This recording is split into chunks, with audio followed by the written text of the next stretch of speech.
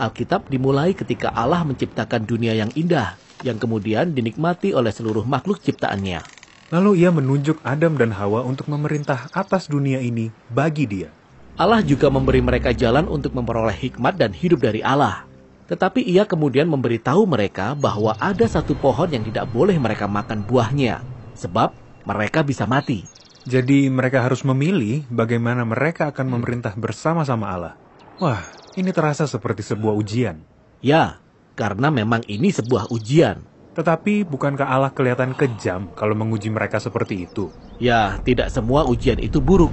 Misalnya, ada seorang raja yang memilih kita untuk melaksanakan tugas kerajaan, karena ia ingin tahu apakah kita bisa dipercaya. Ya, kayaknya itu sebuah ujian. Tetapi itu sebenarnya sebuah kesempatan untuk melakukan sesuatu yang penting dan mulia. Benar, tetapi katakanlah kemudian ada seorang pemberontak yang membenci kita dan juga sang raja. Dan ia mencoba membujuk kita untuk tidak melakukan apa yang diminta raja. Wah, pemberontak itu sedang memasang jebakan. Benar, jadi ujian bisa menjadi sebuah kesempatan atau sebuah jebakan. Dan perbedaannya ada pada orang yang menguji kita. Apakah ia menginginkan yang terbaik bagi kita? Aku tahu sekarang. Dan kedua jenis ujian ini bisa kita lihat di bagian awal Alkitab. Allah memerintahkan mereka untuk makan dari pohon kehidupan dan bukan dari pohon terlarang. Ya, inilah ujian kesetiaan dari Allah. Allah ingin memerintah atas dunia ini bersama manusia sebagai mitranya. Artinya, manusia perlu mempercayai hikmat Allah lebih daripada hikmat mereka sendiri. Tetapi kemudian, si pemberontak datang dan mencobai mereka supaya mereka makan dari pohon terlarang itu. Benar. Si pemberontak mengambil kesempatan dan memutarbalikannya, sehingga ia dapat menjerumuskan manusia ke dalam pembuangan dan akhirnya ke dalam kematian. Ia mengubah ujian menjadi jebakan. Namun setelah kejatuhan manusia, Allah berjanji suatu hari nanti akan datang seorang manusia yang sanggup melewati ujian dan mengalahkan si ular. Dan seiring berjalannya kisah ini, Allah memberi kesempatan kepada pasangan Abraham dan Sarah agar mereka mempercayai dia dengan cara meninggalkan sanak saudara mereka untuk pergi ke negeri yang baru. Di sana Allah akan memakai mereka untuk memulihkan berkat-Nya bagi semua orang. Jadi ini adalah sebuah ujian. Pada awalnya semua berjalan baik, tetapi tak lama kemudian Abraham gagal. Ia berbohong untuk melindungi dirinya sendiri, kemudian ia dan Sarah bersekongkol untuk mendapatkan seorang anak laki-laki dengan cara mereka sendiri, yaitu dengan memanfaatkan salah seorang hamba mereka. Sudah pasti ia gagal dalam ujian ini. Tetapi Allah tidak menyerah dengan Abraham. Ia memberinya satu kesempatan terakhir, sebuah ujian untuk membuktikan kesetiaannya. Allah memerintahkan Abraham untuk pergi ke sebuah bukit dan mempersembahkan anaknya sebagai korban bakaran. Sepertinya tidak ada ujian lain yang lebih berat. Tetapi Abraham tetap melakukannya. Namun di saat-saat terakhir, Allah menghentikan dia dan menyediakan seekor domba jantan sebagai pengganti anaknya.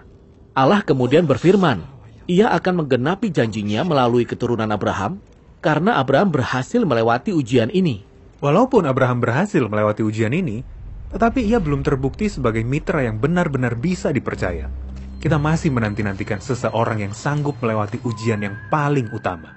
Ya, dan ketika keturunan Abraham bertumbuh menjadi sebuah bangsa yang besar, Allah terus menguji mereka. Seperti ketika bangsa Israel mengembara di padang gurun selama 40 tahun. Mereka punya banyak kesempatan untuk percaya kepada Allah yang sanggup menyediakan air dan roti setiap hari. Tetapi mereka malah menyalahkan Allah dan bahkan berkata bahwa Allah menjebak mereka di padang gurun untuk membunuh mereka. Dan kisah bangsa Israel selanjutnya dalam kitab suci bahasa Ibrani hampir sama seperti ini. Orang-orang Israel tidak percaya kepada Allah dan janjinya. Mereka tidak setia. Dan seluruh bangsa itu berakhir dalam kegagalan. Jadi manusia sebenarnya punya kesempatan yang luar biasa untuk bermitra dengan Allah, tetapi tidak ada yang benar-benar berhasil. Dan akhirnya, semua kisah ini membawa kita kepada Yesus. Ada sebuah kisah di mana Yesus pergi ke padang gurun selama 40 hari dan 40 malam tanpa air dan makanan. Ah ya, di padang gurun. Dan di sana ia bertemu dengan makhluk jahat yang berusaha menjebak dia. Tetapi Yesus percaya pada hikmat Allah. Dan ia berhasil melewati ujian itu. Kemudian, ada juga kisah tentang Yesus yang pergi berdoa bersama beberapa muridnya. Dan Allah mengutus dia pergi ke Yerusalem untuk menyerahkan nyawanya. Maka pergilah ia. Pada malam sebelum ia ditangkap, Yesus membawa murid-muridnya pergi ke sebuah taman. Dan ia menyuruh mereka untuk berdoa karena katanya, malam ini ada ujian yang berat. Lalu ia berdoa kepada Allah, biarkanlah ujian ini lalu daripadaku. Tetapi janganlah seperti yang ku kehendaki, melainkan seperti yang kau kehendaki. Di taman ini, Yesus menunjukkan kepada kita bagaimana ia melewati ujian. Ia percaya pada hikmat Allah, dan ia mengasihi orang lain lebih dari dirinya sendiri. Dan ia melawan kejahatan dengan kebaikan. Meskipun ia harus kehilangan nyawanya. Benar, Yesus memberikan dirinya sendiri sebagai korban untuk menebus semua kegagalan umatnya Israel dan juga seluruh umat manusia. Yesus telah melewati ujian yang paling berat demi kita semua. Wah, luar biasa. Tetapi ini tidak berarti bahwa segala sesuatu dalam hidup kita akan menjadi luar biasa juga. Maksudku, jujur saja, setiap hari kita pasti menghadapi ujian dalam hidup kita masing-masing. Benar, Yesus berkata, setiap generasi dari para pengikutnya akan mengalami ujian yang akan memaksa mereka untuk mempercayai Allah dengan cara yang benar-benar baru. Dan ujian ini seringkali sulit dan menyakitkan. Tetapi ingat, ujian dari Allah kita yang baik bisa menjadi sebuah kesempatan. Itulah sebabnya mengapa Yakobus, seorang pemimpin dalam gerakan Yesus yang mula-mula, berkata bahwa kita harus bersyukur ketika kita menghadapi ujian dan cobaan, karena itu semua merupakan karunia bagi kita, yaitu kesempatan untuk berserah pada hikmat Allah dan menjadi lebih seperti Yesus, yang mengasihi kita dan berhasil melewati semua ujian demi kita.